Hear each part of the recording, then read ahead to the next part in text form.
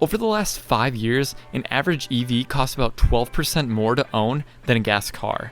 Let's break that down. Everyone says EVs save you money, but do they really? Between higher, stickier prices, charging costs, and battery replacements, the math might surprise you. Today, we're breaking down the real 5-year ownership cost of an electric versus gas cars. To keep things fair, we're going to compare an average EV and an average gas sedan using real US data from AAA, Edmunds, and the Department of Energy. Then we'll test real-world examples, the Tesla Model 3 and the Toyota Camry, against each other. Let's start where everybody's wallet feels it first, the purchase price. The first number that scares people off in an EV is the stickier price.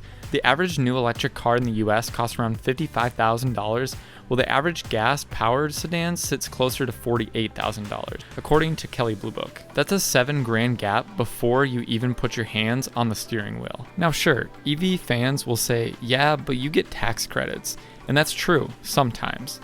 If the car is built in North America and meets battery sourcing requirements, you can score up to $7,500 in federal tax credits. But if you're looking at a luxury EV or one that doesn't even qualify, like a Hyundai or a Polestar models, you get nothing but bragging rights. So let's do some quick math. With incentives, that $55K EV might drop you around $4,750, putting it at neck and neck with the gas car that's $48,000. But here's where people forget something big: financing costs. Most EV buyers roll the price into a loan.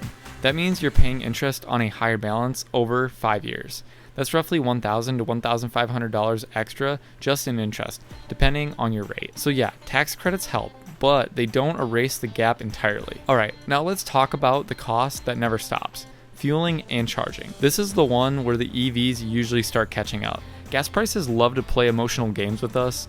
One week it's like $3.10 a gallon, and the next week it's flirting with the $4 range. The national average, according to AAA, sits around the $3.50 per gallon right now. The average driver logs about 13,500 miles a year. If your car gets 30 miles per gallon, that's around 450 gallons per year, or roughly 1,575 in fuel cost.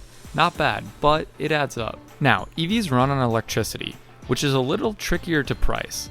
The average residential rate in the US is about 15 cents per kilowatt hour. If your EV averages 30 kilowatt hour per 100 miles, that's about $607 a year to fill up at home. Pretty nice savings. You're cutting fuel cost over by 60%. But, and there's always a but, not everyone has a garage or a home charger.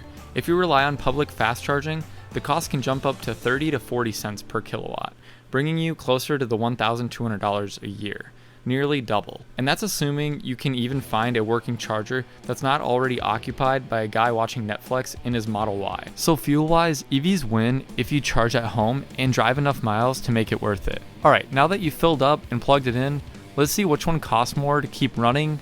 So let's look into maintenance time. The stuff no one wants to think about until that warning light pops up on your dashboard. EVs are marketed as no maintenance ever. Fewer moving parts, no oil changes, no transmission fluid swaps, no spark plugs. Basically, less stuff to break. But here's the catch: batteries.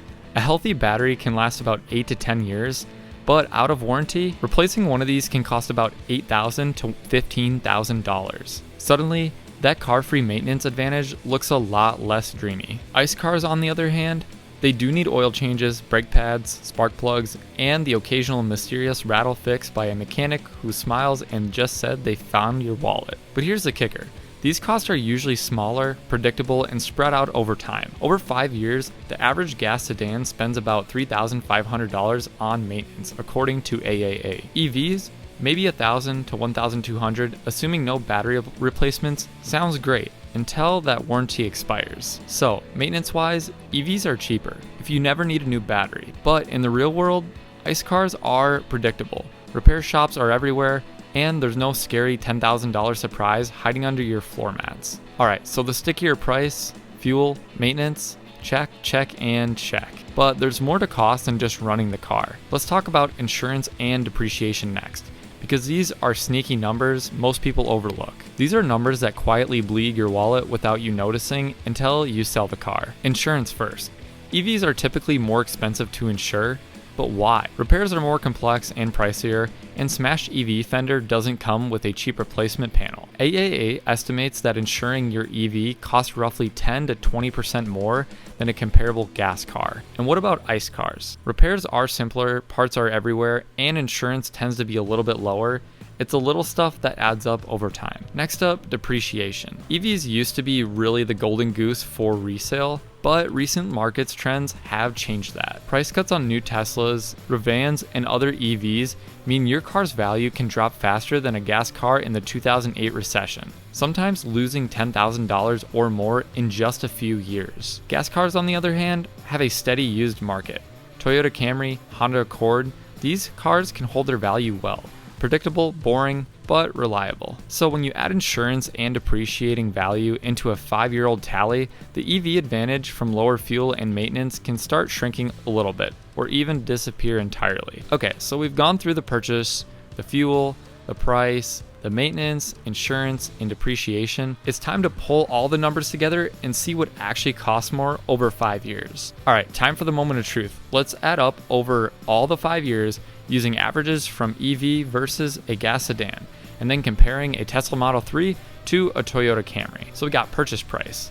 EV, $55,000, ICE, $48,000. Fuel and charging, $607 to $1,575. Maintenance, $1,200, $3,500. Insurance, $6,000, $5,000. Depreciation, $10,000, $8,000. Total 5-year cost, average EV, $72,807. Average combustion car, $66,075. Now let's compare a Tesla Model 3 versus a Toyota Camry. Tesla Model 3 purchase, $47,500.